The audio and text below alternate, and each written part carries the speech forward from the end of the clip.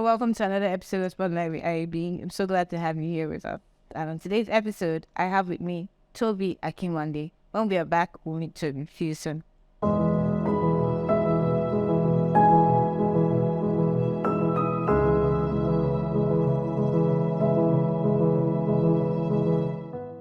Welcome back to the show. Again, like I mentioned, we have Tobi Akinwande. Tobi Akinwande, it's so lovely to have you here. Thank you so much for Welcome. So before I say your title, I like to start with icebreakers, just to, melt the ice. Okay. So I have a couple of questions for you. We're going to play a game. All right. Don't worry. It's a chill game. We're going to play a game of this or that. Okay. So sunrise or sunset? Sunset. Really? Why? I think it's so romantic. Oh, we have a romance one, don't you? Yeah. So heels or flats? Flats. Why? So comfortable. Like Crocs, right? Super comfortable. We're having like a Crocs conversation, right? Yeah, they're so I didn't know they were that. I've been Crocs. I didn't know that was what people enjoy. But yeah. I think I need to sign on. Yeah. Rom-com or sci-fi? Rom-com. So we have done romance. I love not a good romantic. Also, All day. some people don't. And those cheesy ones. Yeah, those Christmas ones. Exactly. Like, this is the time of the year to enjoy some nice. Sci-fi is just, it's too deep. Life is already deep. So the rom-coms for me. Okay, what's your next rom-com though? So I don't remember the title, but there was this one about a girl that was serving a guy that had like a leg thing. Oh, me before you. Yes. I think we talked about it. Yes, On the team. it was funny. It was romantic. What did you like how it ended? No. Okay. I don't like sad stuff. Yeah, I think that's why that movie gets everybody because of how it ended, but it was quite romantic too. Beautiful. So great. Last one. Last one. Oh, the ice is breaking. It's breaking. Beans or plantain? Beans. Beans or plantains? Really? Yes. Why? Because it is beans. I love beans. I love beans with white rice, like white rice and plain beans. And fish stew. Fried fish stew. Like perfect. So I also like, I like white rice, beans, and plantain. So if I don't think I'm gonna. I can leave to plantain. We can leave plantain. I'm not such a fan. Plantain. Some people, I shouldn't have said plantain. I know dodo. Some people find me because I said plantain. I apologize. Beans or dodo. Yeah. But anyway, welcome to the show. I'm so glad that you're here with us. And for those people that don't know, Tobi is the head people, performance, and culture at Synfix. That's such an important role. Sounds very prestigious. What does that mean, though? Well, I'm basically responsible for all people matters, and it's not just in hiring. There are very strategic things that we're responsible for. So the culture, hence the culture that is in there, performance, how things work, anything that has to do with people. That's you. Yeah. I was just going to ask you one last icebreaker question. Was it just people or animals? People. You take people over animals? Yes. Or animals, you can cage them, or people you can't. We'll come to that people topic as we go. People. Animals can be crazy as well. So I love animals, but I think people have God in them. So I want people. Okay, so your role requires you defining culture, defining performance. Yeah. How has that been? It's been beautiful. It's been a stretch as well, but I would not change. Tell us about the stretch, because there was a career need for you. It was like you had a job role somewhere else and you were given a much bigger portfolio to handle. It's like, when they say the reward for work is more work, right? But this was like more work, and then you have to enter into a role that you probably think you are not prepared for. But in a way, it's like you're in the middle. Okay, what do we do? So at that point where you're making that decision of, do I take this? It looks attractive, but you don't realize that this is more work. Absolutely. Do I take it or do I stay in my comfort zone. Absolutely. What was that like for you, making that decision to transcend beyond what you were used to? Okay, so I think the first thing is there is no blueprint for how people's lives can pan out. So people like to sit here, oh, can you tell us how? There's no one way. And I feel like the first thing is that everyone should be comfortable in their own journeys and have the courage to run their, their own path. So for me, like you rightly said, it was a huge leap, right? I was working in another organization. Yes, it was a multinational company and all that, but the company size in Nigeria was just about 25 people, right? And then this roles opportunity came up, which I would even get into later, because what I've realized in retrospect is that in every place that you are, it is preparing you for the next place. And you will not know sometimes. You may even want to complain about it or say, oh my God, I feel like I'm just stuck, blah, blah, blah. But I have seen it at every point in my life that next level required the previous. It did. So when this opportunity came up, funnily, it was my friend that told me about it. Oh, I heard that this company is trying to hire it was actually for a senior HR executive. That was what it was. And I was like, oh, okay. And then she was like, I think you should do it. I think you should try. I think you should do it.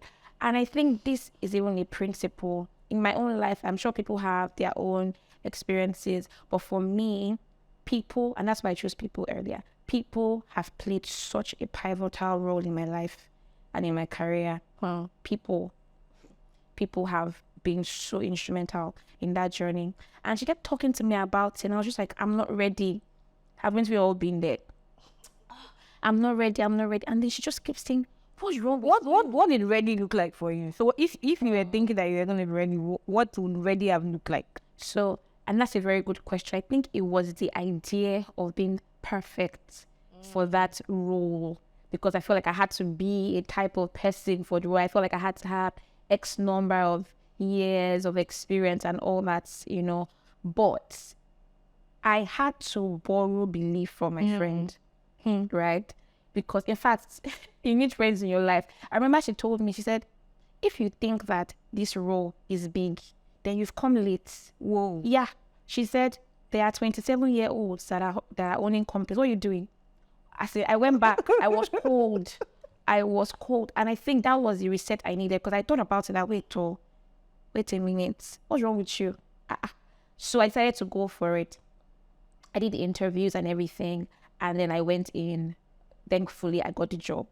Now, I was happy, of course, that, oh my God. But even in that role, it was a lot more responsibility, coming from, like I said, 25 in Nigeria, right? 25-man company to a company that had over 150 something employees at the time. It was huge.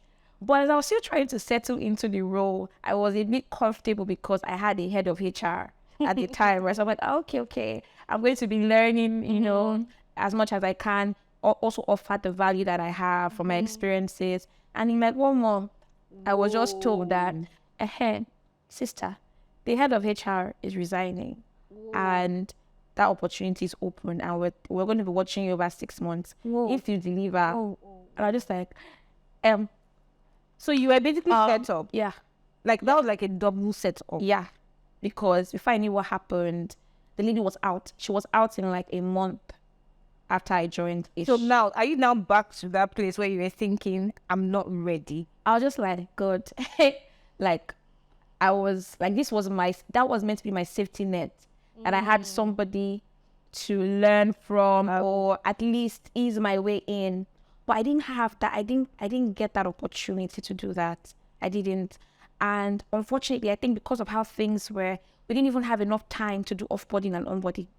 So we had to learn on the job. Right. But in that process, like thinking about it on my way here, I realized that was the best thing that could have happened to me. Why? I am not the same person I was 2 years ago. You should know that, right? And so many things that I was so scared about, like, oh my God, that whole fear of failure or not being good enough, or what if they see me? Because what coming out of your shell does for you is that you are vulnerable, you are bare, right?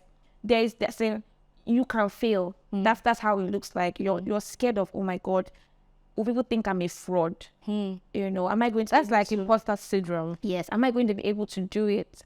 But I remember something that a friend of mine also told me when I was trying to make a decision whether to go or not to go.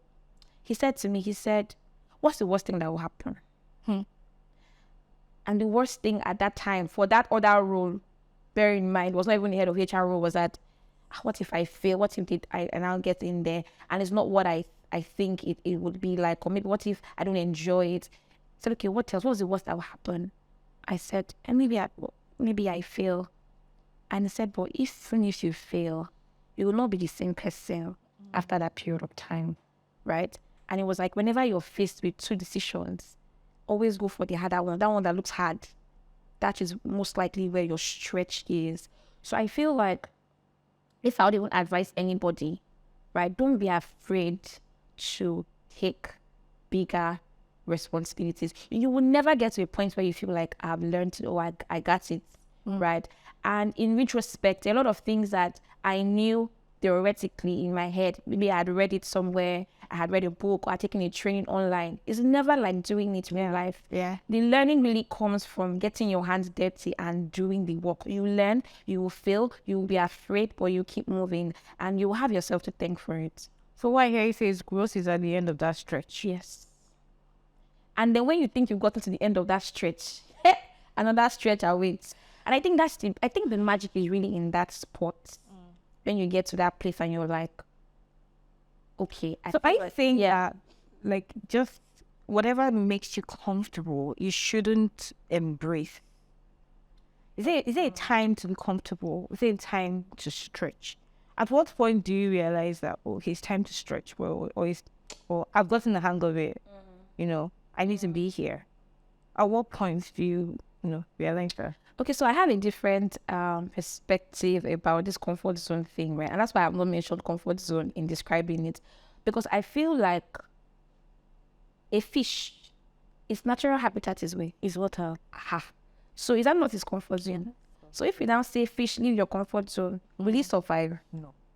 You get what I mean? So I feel like as humans, we need to be comfortable in who we are, right? However, there is such a thing as a stretch.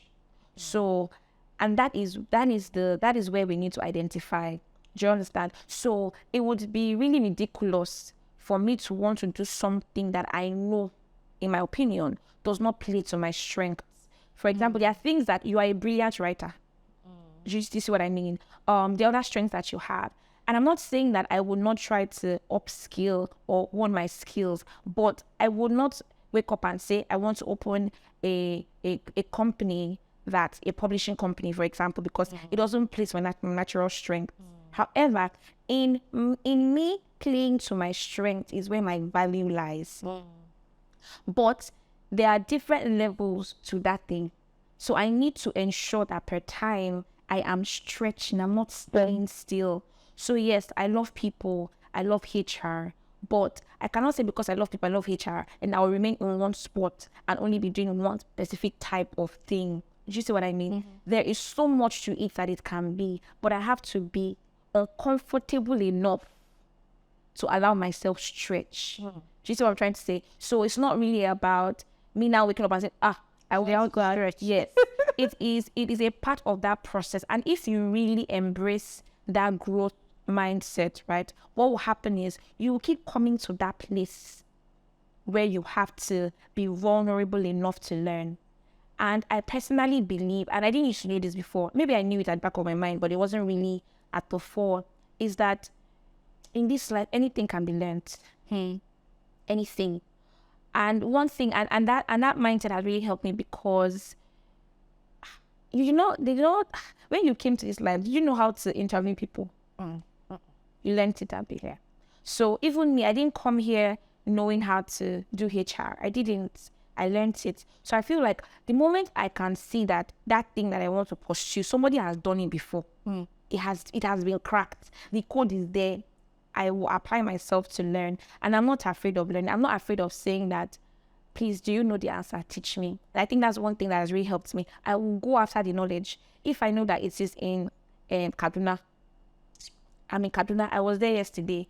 And I don't even care if it's someone that is younger than me or older than me, whether you're Muslim, whatever it is, I will pursue it because I know that the more knowledgeable you are, then the more value that you can offer. So I think just embracing that learning, that mindset of continuous learning and improvement always pays off as well. Yeah, it's funny that you mentioned code because your company is... It's sort of like company. Yeah, I think I had that lingua is just it. Yeah. It's a tech company, but I wanted to go back, to your journey. Right? You actually have a background in MIS. Yes. You studied MIS at Covenant University, South out Covenant University. Yeah. And you moved from science to, what do I call it? What do you call HR? What field? It's how to science. So it's not exactly. It's not technical science. Yes, it's human science, right? Yes. From core sciences to, or from tech science to what's it called? Human science, right?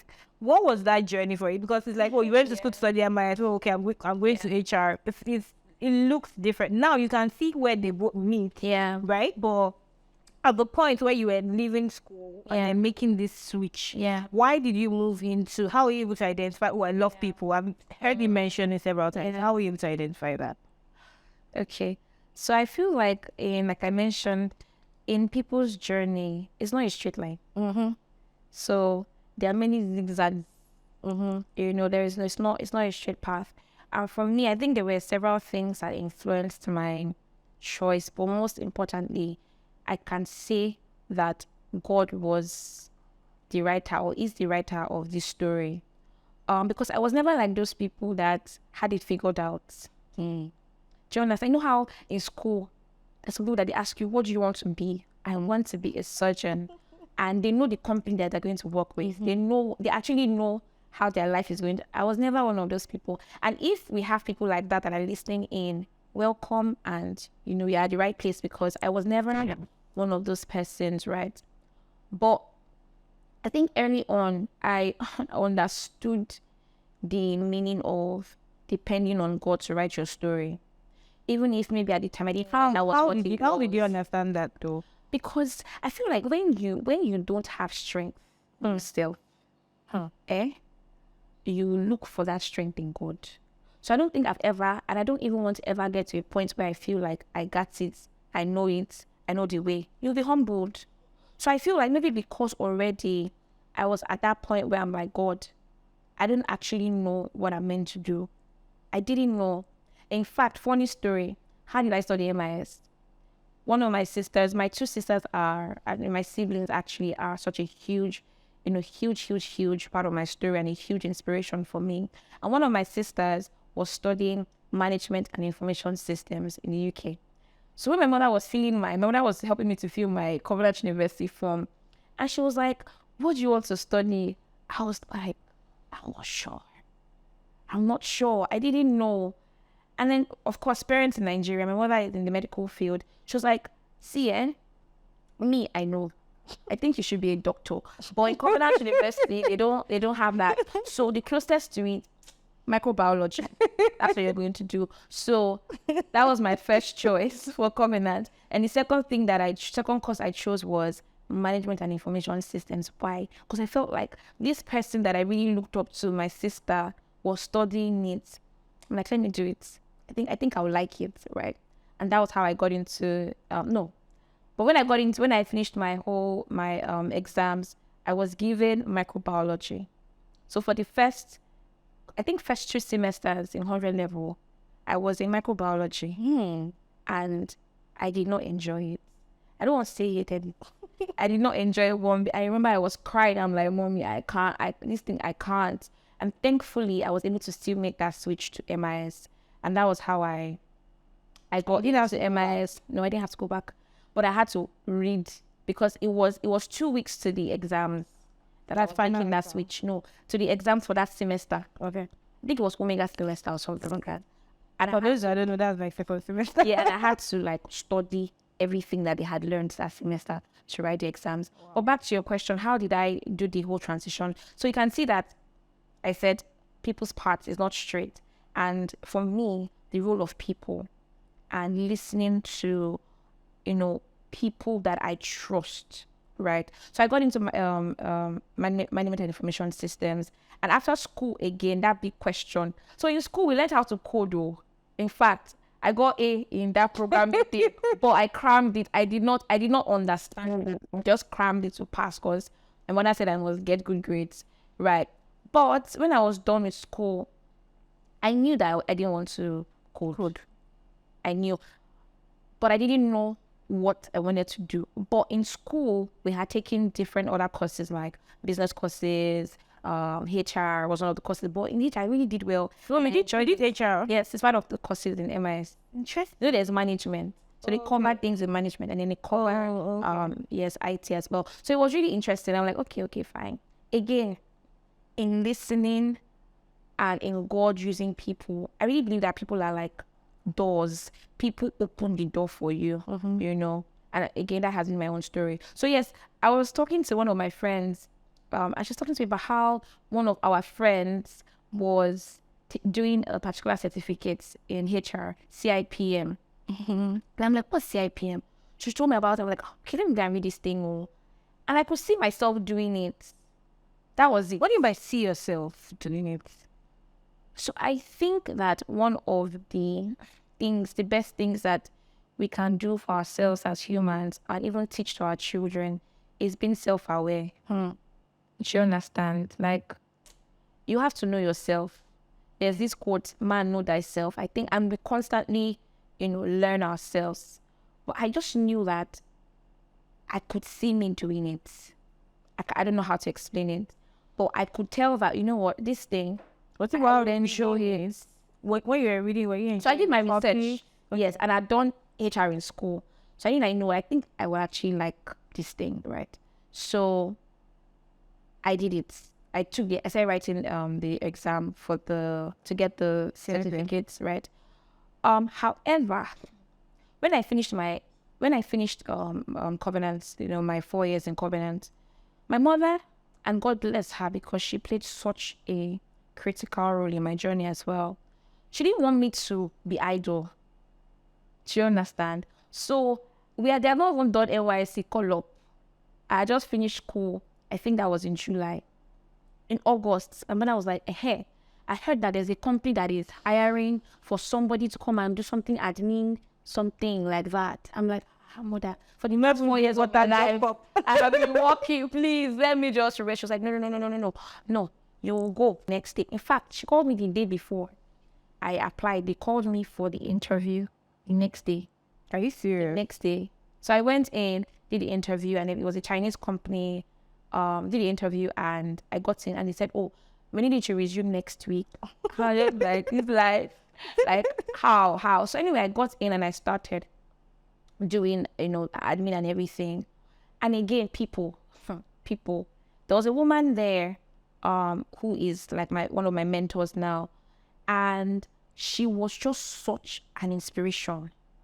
Do you understand? She was hardworking. She was killing it in her role, and I just felt like, oh my God, I want to be able to kill something like this, where we give life to something like this, And I was just like, oh my God. And I feel like maybe because she could tell that this young girl was hungry to learn. She wasn't just comfortable sitting at the front desk, dealing with folders and files. She could see that hunger in me. Because I remember times I'll be like, how are you so smart? How do you know all these things? And I'll ask her, and then she'll really inspire me and tell me things that I should do. She told me to go and read books. She told me to go and take trainings. Like, she was just always that person for me. So she then gave me an advice. She was like, do you see yourself doing this admin thing? And I was like, no. She was like, because you can't remain like this. So she said, I want you to start thinking about yourself as the person that you want to be. And that was HR, right? And at the time, they didn't have any HR thing going on in the company. It was just very much basic paper-based and all that. And then I started to think about a solution that I could bring into the company because somebody had triggered that thought in my head. So I noticed that, okay, they didn't have like a leave management system. They didn't have So you're looking for a solution whilst being an admin. Right? So when I realized that, okay, tech can solve this thing now. So I spoken to another friend of mine that was more like a developer, and we spoke about a particular HR tool that I could implement. So I got excited. I'm like, so I found this thing. So okay, go and meet the director and tell him about it. I was like, hey. So I went and told him, and he was happy because for him, he could see someone that wanted to bring change and value to the company. So I went there, and then he allowed me to do it. I did it, and I think in that moment, I could see how HR and I'm not even trying to tell a story so that it will sound nice, but that was really what happened. I was like, oh my God, this is actually quite nice. I could see everything like play out. It became easier for persons to apply for leave. It became easier for them to do certain things, even like their documentations and all. I'm like, okay, interesting. So I feel like maybe because they could see that this girl wanted more, then the opportunities started coming. So at the time, the person that was handling pensions and all that was going on maternity leave. And while she was what happened to your NYSC at this point? Because you were supposed to go there for NYSC. So NYSC started in November, but I started working before then. Right. So when it was time for NYSC, the company gave me a letter to state that they were requesting for me to come back. Wow. So so they gave me like a 3 weeks mandatory whatever to go to the camp, and I came back right to work. Wow. Yes. So it was very interesting. So like I was saying, the woman, again, I was going to meet her in her office. Is there anything that I can help you with? It's like, okay, there's this pension thing that I do. So she had taught me how to do it. You were interning. I was interning for your role. And I didn't even know that was what I was doing. I just knew that I wanted to learn. I just knew that the knowledge I had was not enough. Do you understand? And thankfully, I had people that were willing to take a chance on me, because it's one thing to say, I want to learn. But the people that were around me also allowed me. Can I say something there? Because I think that one of the things I'm hearing you say is, it's like the solution is never so far from you. And the people you need are never even that far from you. Yeah. It was basically the people, resources, ideas, problems that were around you. Then they're starting to identify that were part of your story. Yes, absolutely. Absolutely. And in that story being written, right, all those twists and turns would make sense at the end of the day. You would know why you needed that thing to happen. You would actually know why. So anyway, long story short, the woman was teaching me the whole withholding tax and pensions. I was doing it for her. So in her mind, I was relieving her of the work. For me, I was like, okay, I'm learning something new. I would go to the bank by myself. Then we had to go to the banks physically with the schedules and the checks to pay in pension and everything. So I used to do that. And then fast forward, she was pregnant, had to go on maternity leave. So it became my responsibility. And that's it. All that was HR. So even without having the HR title, I was learning that. Now, when, again, fast forward, a lot of this, I was just doing a lot of HR things here and there. I completed my certification. I got it. I was like, okay, fantastic. And then that's it. Sorry, by the time you had done your certification, was it not clear to you that, okay, this is definitely it? Absolutely. So there's no going back to coding? There was never ever going back to it, right? And this Bisola girl, I think she also took interest in me because I was hungry. I was really hungry. And I remember she always tell me, and I think being humble yourself, because people that will help you, you can't come to be fed and be wanting to be the spoon. Somebody has to be the spoon that will feed you. So if you are like, the person can't help you. So even there were times that she would correct me and be like, you should know better than that now. And I will not get offended. I would take it, catch my sob, go back and look at it and say, okay, no, let me do this better. So anyway, when she was leaving for her MBA, she was leaving for her MBA, and she was like, I feel like you can do more now. Again, people, I think you can do more now. I'm not leaving you here. So she was like, I feel like you can do more. now. So you know what? Let's start looking for another job. I was like, huh? Pardon? You know? And again, Were you comfortable at that time? I was. And I think I'd gotten comfortable. That's the word. And I knew that I had to stretch. But it's not easy. It's painful. It will cost you. It's painful because there are sacrifices that you have to make. It's painful, but that is the only place where you will grow. Yeah. That is it. So anyway, she heard about one other company coming, like an international company coming to Nigeria to start up. And she was like, hey, I heard about a company. I think you should apply. And I was just like, they're always hearing about companies for I was like, your mom heard. Yes. She heard. Yes. I was just like, no. That same thing about no. What do I know? What have I done? And she was like, oh, what do you know, right? Okay, come, let's write that CV together now. Let's talk about it. So she brought the JD, right? She's like, okay, this first line, what are they asking for? She's like, okay, have you done it here before? And I'd be like, yeah. Say, okay, so I mean, you've done it, Abby. Okay. This second one, have you done it before? I'll say, not really on that scale. Have you done it before? That's the question. I'll say, yes. She said, okay, add it to your CV now. So we basically came up with my new CV. And it was in that moment that I appreciated the things I had been doing, because when it is happening, you probably are not seeing it. But over time, it adds up, and then you see this full picture. When I saw that CV, well, how many years had passed? This was about 3 years. Okay. It was about 3 years.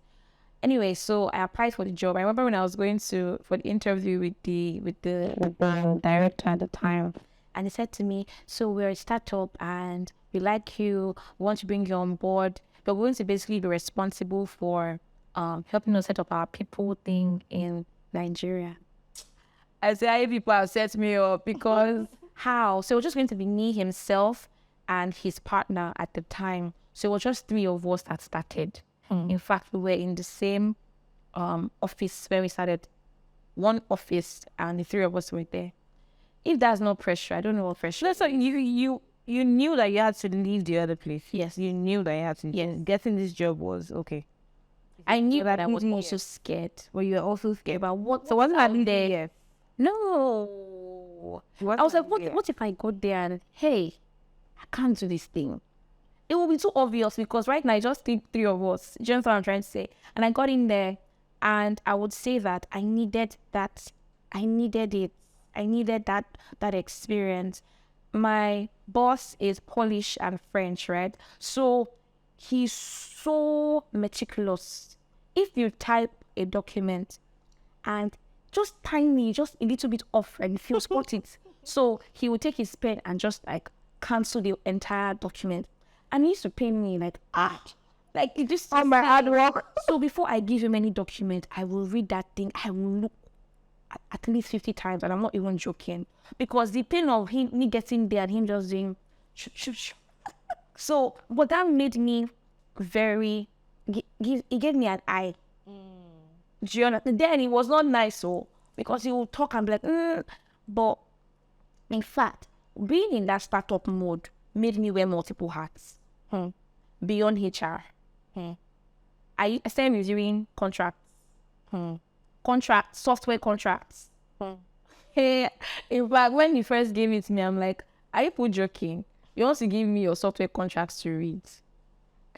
In fact, you're joking. But then he told me something. He said he had a boss then when he was working in the UK that would make him do that work. And that was how he learned how to start reviewing contracts.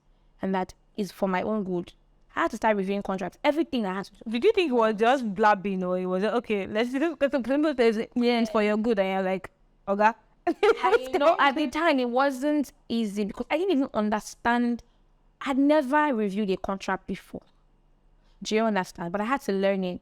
I had to start observing certain terms, things to look out for, and all that. But anyway, long story short, that was the journey. I got in there. I spent about 4 years with them. It was such a stretch. Like I said, from 3 we became 25 in Nigeria. We also have some people in Uganda and some other places. But that was just basically my experience there. A lot of stretching, a lot of doing things that I wasn't even familiar with, because it was a very lean team. So everybody had to be multiple, to wear multiple hats and do multiple roles. Just I was doing everything you can think about. I was doing it. And again, it wasn't easy. It wasn't.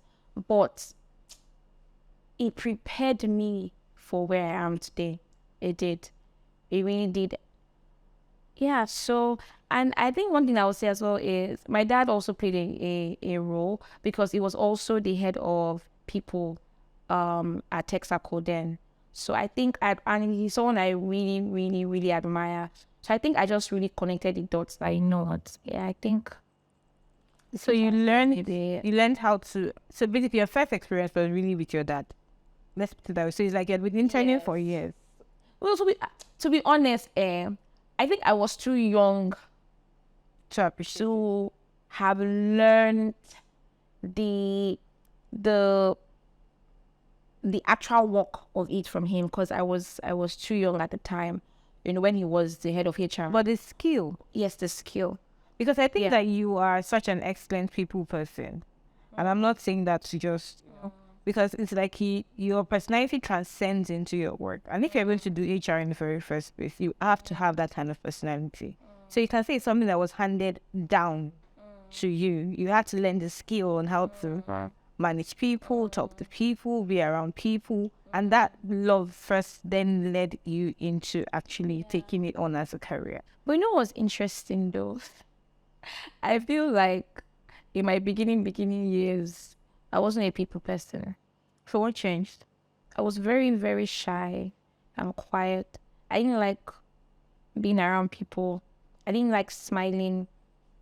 I just liked being on my own. So I feel like, I think the point I'm trying to make is, at every point in time, yes, we all have our unique temperaments. Some people now believe, well, people in my current company, many times they don't believe that I'm actually very introverted because of some of the things that I have to do. But I'm very, very, very introverted, right? But I had to start shedding off certain layers, because I knew that it was not going to empower me for my destiny. Did something happen to make you realize that? Because it's a different thing. I feel like life sometimes presents you with options. Yeah. Are you going to change now? Yeah. Or are you going to remain the same? Yeah. And something happened specifically for you to we realize that if I don't change the way I'm going, I will not get to where I need to get to. Yeah. I wouldn't say it was one thing that happened, but I would say that I had a lot of people around me that when I looked at them, right, I could see that there were things in me that I needed to shed for me to enter into my next level, right? And I think that one posture that I always take is one where I am not too proud to allow people correct me or point out things that they may have spotted as a flaw. And I think that the place of mentorship, even if it is not formal mentorship, even if it's videos online, I started to see a lot of women that looked like what I knew my future should look like. And I knew that from their stories, they also had to make those tough decisions. I knew that they did not just wake up and be like that. Do you understand? I knew that there was a process, but they had to come into the process. So I invested a lot, you will know now, of money in learning and relearning and unlearning. Not even HR now, like personal development. And I remember that there was a particular one that I went to, and this woman was talking to me. I was in premium tears because I could see that my current state had stifled me, had limited me. And in hearing her, I saw that there was nothing else responsible for that thing than myself. Do you understand? So, and there's one thing that I always do, and I hope it helps people, is I try to think about that decision that I'm about to make 10 years from now. I'll say, Tobi, this thing, if you do it or don't do it, in 10 years' time, will it count? I said, what will you look like based on this thing at the moment? So it I knew that I could not remain like that, except I wanted to remain small. But the God in me and the words that I had heard, because words have power. They do. Maybe some people don't understand. You may be hearing something being said every single day. Before you know what, it starts to change. So I was hearing those words, and I just knew that I could not be slow. And the way I was going, I was headed in a particular direction, and I had to break out of it, deliberately break out of it. So I started to, in fact, back to what I was saying earlier, even in church at the time, because one thing again that I would say, the principle that really helps is whatever you find doing, do it very, very, very, very well. Because, in fact, I'm jumping. But this same fixed job that I got, when the HR at the time wanted to speak to somebody to actually to validate, okay, is this person actually a good person who should do the work well? She reached out to somebody who I had served in church at the time. Can you see how the thing is just, as I said, it's not like this. It's not a straight road. And that service was very much voluntary. It was in church. But I did it with all my heart because I felt like I wanted to really serve this person. Do you understand? And she reached out to I didn't even know. So I reached out to her, and the woman obviously spoke very highly of me, that I think you should give her the job. I think she would do very well. It was after I got the job that she buzzed me and said, congratulations. I'm like, how did you know? She's like, actually, this person reached out to me. And in that moment, I was cold because I was like, I could never have, imagined that it would get purpose for making that final decision about whether I would get it or not. Do you understand what I'm trying to say? So there is just that whole link in the process. So you have to just be excellent. Anyway, back to church. So at the time I was an usher, and I remember that I just wanted to do my ushering and go in peace. Like, let me just come, arrange the chairs, usher people, and just serve God. That was it. And I remember that my pastor was like, oh, okay, there's this, I want you to be the head of ushering. The way I said the no, I was like, please, like, I don't like all those things. Oh, I'm not a leader.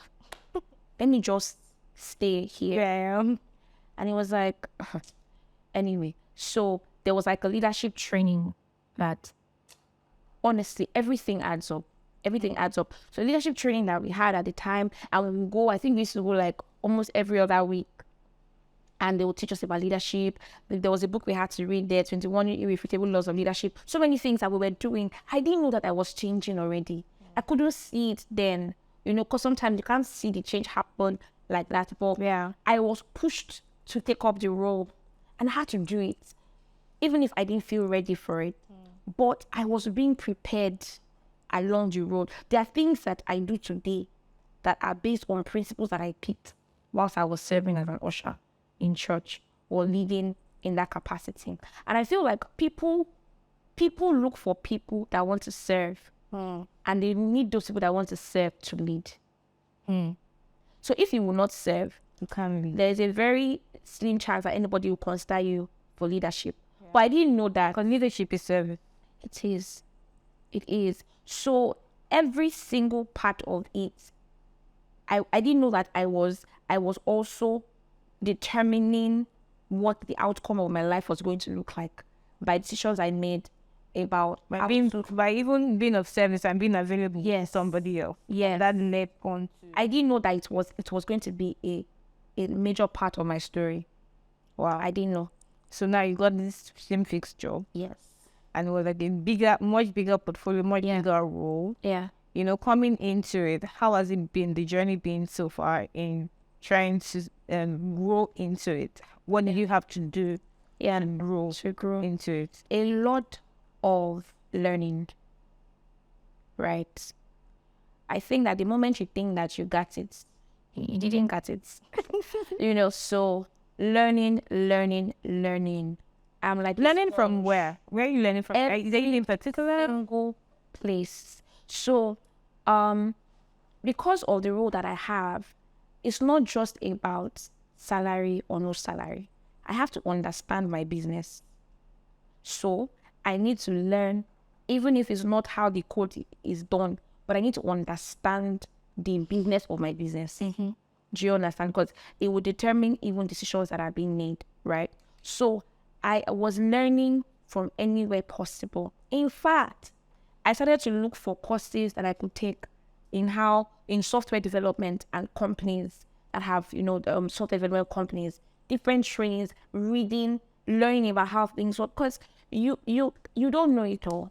Do you understand? So a lot of learning and a lot of embracing new challenges or new opportunities that were scary. So I think it's a way that I now trick my mind, because as humans, we don't like change. Do you understand? So when change is coming like this, And you just want to go that way. Do you get? But now I think I have enough data that shows me that it was in those places where I was scared of doing that thing. That has actually birthed a lot of the things that I'm doing now. Do you understand what I'm trying to say? So whenever there is a new opportunity that comes up at work, or there's a challenge or feel that needs to be fixed, my brain wants to go into oh my God, another interesting thing to learn. So you just change your perspective. Yes. So I begin to tell myself that I'm so excited about this thing, because when I learn it, it's for me. I will have it. I will have a new skill. Oh my God. And immediately my brain then goes into how do we get it done versus the no, I can't get this done. Yes. Wow. I just remembered something now about journey. At one point I had a business at some point. And in that business, I had to create an online training. Right. Why did I create the online training? I wanted to go for a training myself in the US. And in fact, I went all the way to Abuja to do that interview, and they bounced me. And at the airport coming back to Lagos, I was crying. And I'm like, how can somebody prevent me from going after what I want to learn? I couldn't understand it, that the decision to learn or not to learn was determined by somebody. The person was not paying my training fees, but you just tell me no. Why? So that thing, I couldn't understand it. So at the airport that day, waiting for my flight, I was crying, and I said to myself that day, I'm going to create an online training for people that want to learn how, so that people will not be stuck like I was stuck. What if some persons even wanted to learn, they couldn't afford to travel there and get the learning? That was where it started from. So that anger, I just channeled it into head. Now in my company, there is a training school. Wow. That I have to that I'm managing, right? But I see how I didn't even know until recently. I'm like, oh my God. Hey, so basically everything, our journeys, it would always add up at the end of the day. I think for anybody that is like, oh my God, I'm not clear, I'm not sure, you don't have to be sure. Do you understand? Don't feel like I have to be HR. I feel like I'm getting comfortable enough to say that I'm multifaceted, right? And I want to embrace all that there is to know. So if today Tobi is in HR, then Tobi is in HR. Tobi would learn all that she needs to in HR. If tomorrow Tobi needs to evolve. So my question to you, which is going to be our last question, what is the multifaceted Tobi going to be like in 10 years? It's still evolving. In 10 years, what would you It is still evolving. But she's going to be a person that would constantly embrace change and commit to the journey. But most importantly, trust God along the way, right? To order my steps. Yeah. Wow. But she's evolving. I'll be Yeah. But if I tell you something now, I probably will not be that. It may be something way bigger than that. We are ready for whatever comes. Yes. Embracing it.